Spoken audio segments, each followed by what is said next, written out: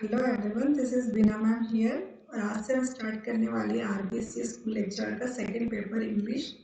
और इसके अंतर्गत हम स्टार्ट करेंगे बी पार्ट से, जो कि आपका ग्रेजुएशन लेवल से रिलेटेड है। इसके अंतर्गत पोएम्स है। उस पोएम में हम पहली फर्स्ट पोएम देखने वाले हैं आज, on his blindness, written by the John Milton. इस पोएम को हम 2 सेशन में देखने वाले हैं। आज जो है हम इसके एक्सप्लेनेशन देखेंगे। उसके बाद में जो हमारा सेकंड सेशन होगा वो होगा मॉक टेस्ट सीरीज से रिलेटेड। आरपीएससी स्कूल लेक्चरर में जितने भी क्वेश्चन इस पोएम से पूछे गए हैं वो सभी मैं आपके लिए लेकर के आऊंगी। जॉन मिल्टन पोएम को स्टार्ट करने से पहले हम इसके कुछ इंपॉर्टेंट फैक्ट देख लेते हैं जो कि जॉन मिल्टन के ऊपर है। यहाँ पर most of the time question पूछ लिए जाते हैं कि इनमें से ट्रू फैक्ट कौन सा है और फॉल्स फैक्ट कौन सा है। तो सबसे पहले आते हैं, John Milton was born in 1608। John Milton जो है वो बोर्न है 1608 में and died in 1674। Second fact देखिए, मिल्टन्स इलीजी। इलीजी का मतलब होता है जो दुख पर लिखी गई पोएम्स होती हैं, जो दुख को प्रकट करती हैं, उनको बोलते हैं elegy. Lycidas bewails that of his friend of Edward King in 1639। 1639 में जब मिल्टन के फ्रेंड एडवर्ड किंग की मृत्यु हो जाती है तो उनकी मृत्यु पर दुख व्यक्त करते हुए उन्होंने एक पोएम लिखी और उसका नाम क्या था, ल्यूसी डास। थर्ड फैक्ट पर आने से पहले मैं आपको बता दूं कि 1652 में जब जॉन मिल्टन 44 इयर्स के होते हैं तो वो टोटली क्या हो जाते हैं, ब्लाइंड हो जाते हैं। उसके बावजूद भी उन्होंने अपनी पॉलिटिकल स्किल को जारी रखा और 1671 में उन्होंने एक पोएम लिखी, उसका नाम था पैराडाइज लॉस्ट। तो यहाँ से भी आपका क्वेश्चन बनता है कि पैराडाइज लॉस्ट है वो किसके द्वारा लिखी गई है, जॉन मिल्टन के द्वारा। लास्ट फैक्ट मैंने डाला है इसके अंदर कि जो ये लाइंस आपको दिख रही है स्क्रीन पर, ये किसने और किसके लिखी। तो यहाँ पर टेंसन ने ये लाइंस लिखी, ये जॉन मिल्टन पे लिखी और उनकी पोएटिक टैलेंट को देखते हुए लिखी। देखिए lines, mighty mouth inventor of harmonies, skilled to sing of tune and eternity, God gifted organ voice of England, Milton, a name to resound for is। Question क्या पूछेंगे आपसे कि इनमें से ट्रू फैक्ट कौन सा है और फॉल्स फैक्ट कौन सा है। ओके, अब देखिए पोएम पे आई है, on his blindness, written by the John Milton. इस पोएम को स्टार्ट करने से पहले मैं आपको बता दूं, जैसा कि बताया भी है मैंने, कि 1652 में जब जॉन मिल्टन जो है 44 इयर्स के होते तो वो टोटली ब्लाइंड हो जाते हैं। और इस पोएम के माध्यम से उन्होंने अपनी ब्लाइंड एक्सपीरियंस को शेयर किया है। उन्होंने बताया है कि एक अंधे व्यक्ति के लिए दुनिया कैसी हो जाती है। Okay, when I consider, consider का मतलब होता है विचार करना। जब मैं विचार करता हूँ, हाउ माई लाइट मतलब आई साइट इस स्पेड जा चुकी है, कि मेरी आंखों की रोशनी कैसे जा चुकी है। In half my days, it का मतलब होता है बिफोर, पहले। हाफ माई डेज, मेरे जीवन के मध्यकाल से पहले ही। In this dark world and wide, और अब मेरा जो संसार है वो कैसा हो चुका है, अंधकार में और विस्तृत हो चुका है। ठीक उसी प्रकार जिस प्रकार की एक अंधेरे व्यक्ति को अंधकार कैसा हो दिखाई देता है, अंधकार कैसा दिखाई देता है, विस्तृत, ठीक उसी प्रकार। एंड दैट वन टैलेंट, और जो one talent which is dead to hide, मेरे अंदर जो वन टैलेंट है, कौन सा वन टैलेंट है पोइट के अंदर, पोइटिक स्किल जो है, which is dead to die, वो मेरे अंदर ही क्या हो चुका है, छुप चुका है, उसकी मेरे अंदर ही क्या हो चुकी है, मृत्यु हो चुकी है। अब देखो यहाँ से क्वेश्चन बनता है, and that one talent which is dead to hide, यहाँ पर किस लिटरेरी टर्म का यूज हुआ है, तो यहाँ पर लिटरेरी टर्म पन का यूज हुआ है। ओके, लोड्स विथ में यूजलेस, अब ये जो टैलेंट है वो मेरी तरह ही क्या हो चुका है, यूजलेस हो चुका है। पोइट ने इस टैलेंट को यूजलेस क्यों बताया है, क्योंकि वो अब क्या हो चुके हैं, पूरी तरह से ब्लाइंड हो चुके हैं। ठीक है, और अपनी जो पोइटिक स्किल है उसको कंटिन्यू करने में वो क्या है, यहाँ पे असमर्थ है।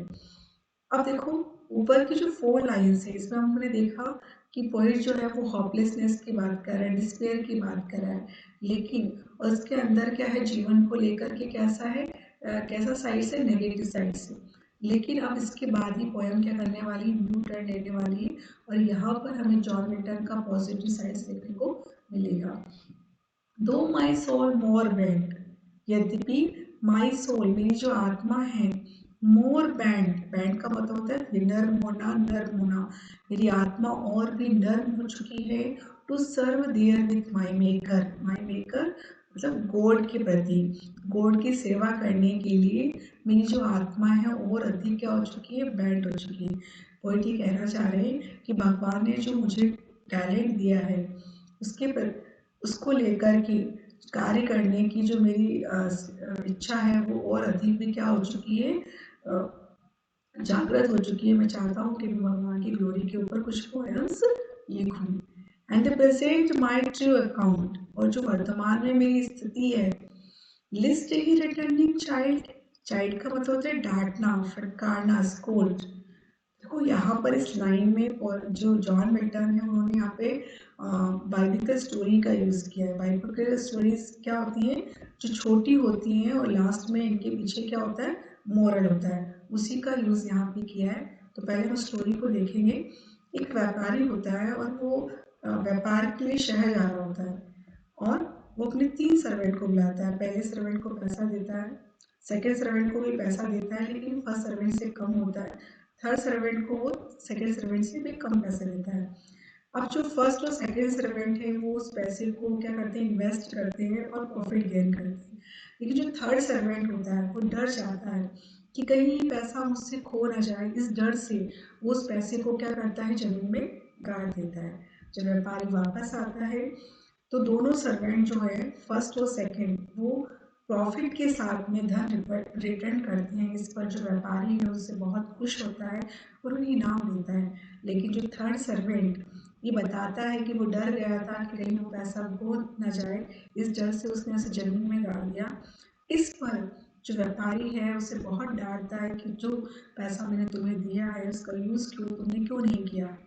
तो यहाँ पे जो जॉन मिल्टन है इस स्टोरी को अपने साथ में रिलेट कर रहे हैं और ये कह रहे हैं कि at the present true account, और जो मेरी वर्तमान में स्थिति है, लिस्ट ही रिटर्निंग चाइल्ड, कि अगर मैंने इसका जो मुझे भगवान ने टैलेंट दिया है, अगर मैंने उसका यूज नहीं किया और मैं वापस भगवान के पास जाता हूँ तो क्या थर्ड सर्वेंट की तरह ही मुझे भी डांट मिलने वाली है, डांट पड़ने वाली है।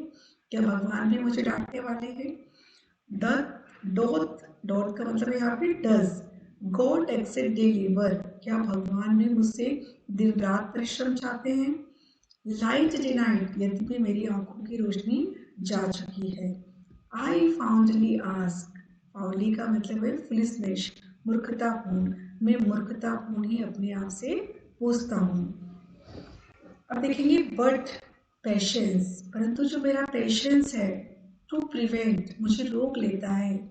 दैट मर्मर सून रिप्लाइज, और मर्मर का मतलब है तो बुदबुदाहट, मतलब धीरे से बोलना, और मैं शीघ्र ही बुदबुदाहट के साथ में उत्तर देता हूँ। यहाँ पे पॉइंट किससे बातें कर रहा है, ये अपने आप से कन्वर्सेशन कर रहा है।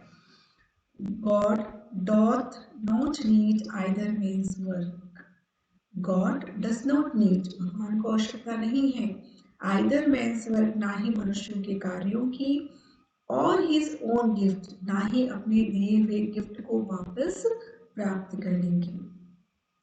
वो बेस्ट, वही बेस्ट है। बियर हिज माइल्ड लो, माइल्ड का मतलब होता है कठिन परिश्रम, जो उसकी कठिनाइयों को सहते हैं। दे सर्व हिम बेस्ट, वही उनकी सच्ची सेवा करते हैं। देखिए पोएट जी कहना चाहते हैं कि भगवान की सच्ची सेवा वही करते हैं जो कठिनाइयों को सहते हैं या कठिन परिश्रम करते हैं, वही भगवान की सच्ची सेवा करते हैं। हिज स्टेट इस किंगली, हिज किसके लिए आया है यहाँ पे, गॉड के लिए आया है। स्टेट का मतलब है यहाँ पे साम्राज्य। क्या कह रहे हैं वो कि भगवान का तो जो साम्राज्य है वही कैसा है, किंगली, राजा के समान है। Thousands at his binding speech, binding का मतलब होता है आज्ञा, स्पीड मतलब होता है दौड़ना, रन करना। थाउजेंड हजारों देवदूत उनकी आज्ञा से दौड़ पड़ते हैं। At the post over land and ocean without rest, इस जमीन पर, इस समुद्र पर बिना किसी आराम के परिश्रम करने के लिए। दे ऑल्सो सर्व, और वे लोग भी उनकी सच्ची सेवा करते हैं। हु ओनली स्टैंड, जो खड़े रहते हैं, एंड वेट, इंतजार करते हैं। मतलब कहने का मतलब ये कि वो लोग भी भगवान की सच्ची सेवा करते हैं, जो इस कठिनाइयों में भी खड़े रहते हैं और इंतजार करते हैं कि मैं भी कुछ कार्य करूँगा।